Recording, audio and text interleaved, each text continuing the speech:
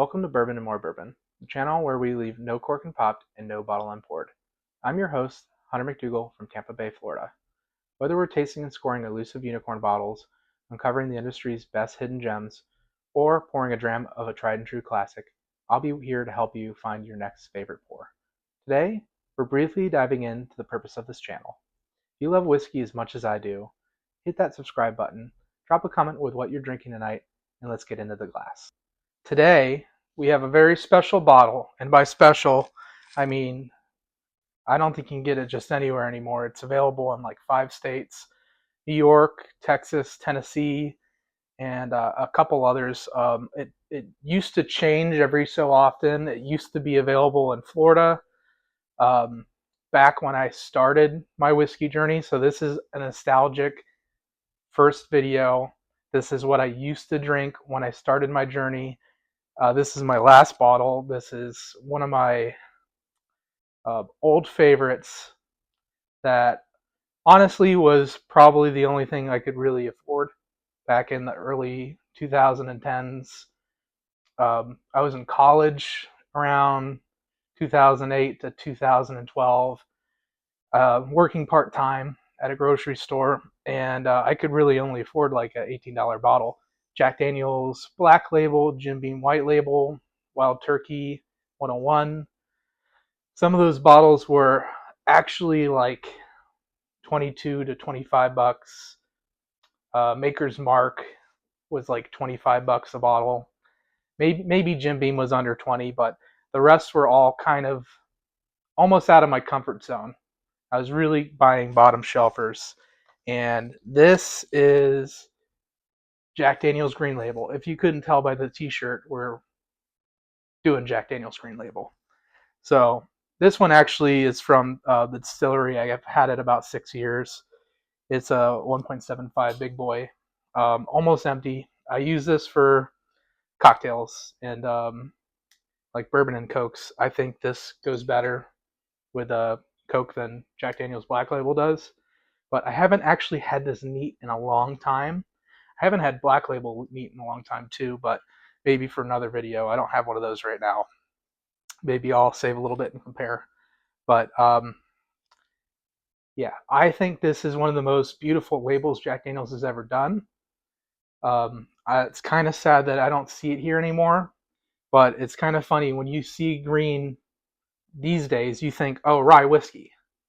Well, I feel like a lot of distilleries were doing green labels on their bottom shelfers. So you had Evan Williams Green Label, Weller Special Reserve used to be a bottom shelfer here. Jack Daniel's Green Label, and there's probably a few others. I think Heaven Hill had one, and they're all like that sub $20. This is same mash bill as Black Label. It's still going through the Lincoln County process, dripped through sugar maple charcoal. It's a sour mash, but this is only about a year old, and it's aged on the lower floors of Jack Daniel's. They have a lot less barrels of this, and that's why it's only distributed in about 5 states. But basically, this isn't good enough to become Black Label, so they put it in a way cooler label. And yeah, I actually think this is also 80 proof, 40% alcohol by volume, just like Black Label.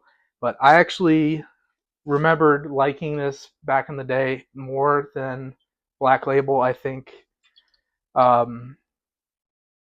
didn't see that when I did get to be able to afford Black Label, I would still buy this if I had found it back then. But now I can't find it anywhere. Like I said, I got this distillery. I've had it about 6 years. I had 2 of them. I gave one to a friend who had been looking for one, and kind of sad it's almost gone. But I'll have to go back and get some more. But let's see if it's as good as I remember, or if I just, unfortunately, I was just a victim to whatever I could afford back then.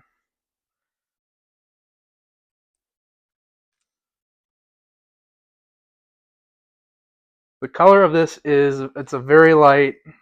I wouldn't call this amber. It's still kind of like a burnt straw. It's more than yellow, but it's not quite light brown. There's a little bit of ethanol and corn sweetness on the nose, which you'd expect from like a 1 year Jack Daniels. I think the regular Jack Daniels is somewhere between like I'd say it tastes like 4 years old, but they say it's about 7 years old, which I don't believe. But for 1 year out of this compared to the Black Label, which it should be a 7 year, as they say. I mean, this is not much different for 6 years difference. Um, I'm not getting any off notes. I'm not getting anything offensive. Just a little bit of alcohol and a little youth, maybe a little grassy, um, some grassy notes, some like hay. All right, but I'm not getting any banana. None of that Jack Daniels banana.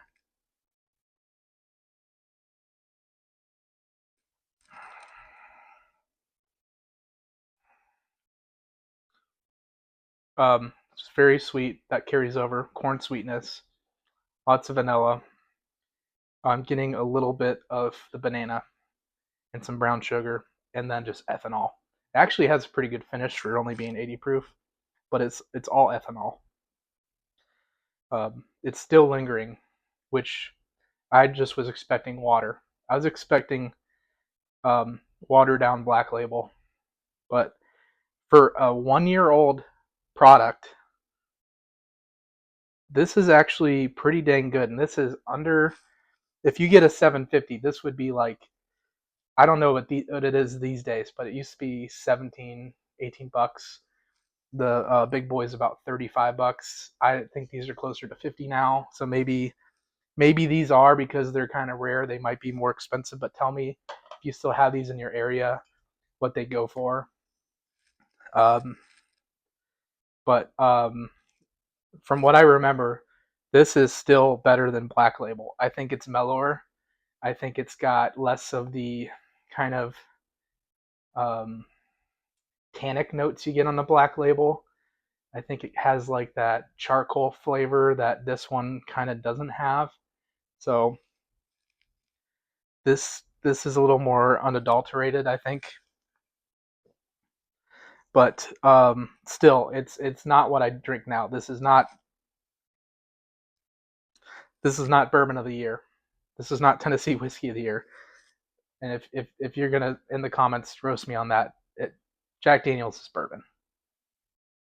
It's bourbon plus the Lincoln County process, so it's plus going through sugar maple charcoal. It's technically bourbon. They don't call it bourbon. They call it Tennessee whiskey. It meets all the requirements to be bourbon. Um, Still, my favorite label. I love this label. Other than maybe the Legacy Edition, which is also a green label, that one's really cool too. But I think this one just looks like an older, like dusty kind of throwback label. I think they need to bring this back, maybe up the proof a little bit, maybe make it a little more premium. Can you do that, Jack? So let's go back in for another sip.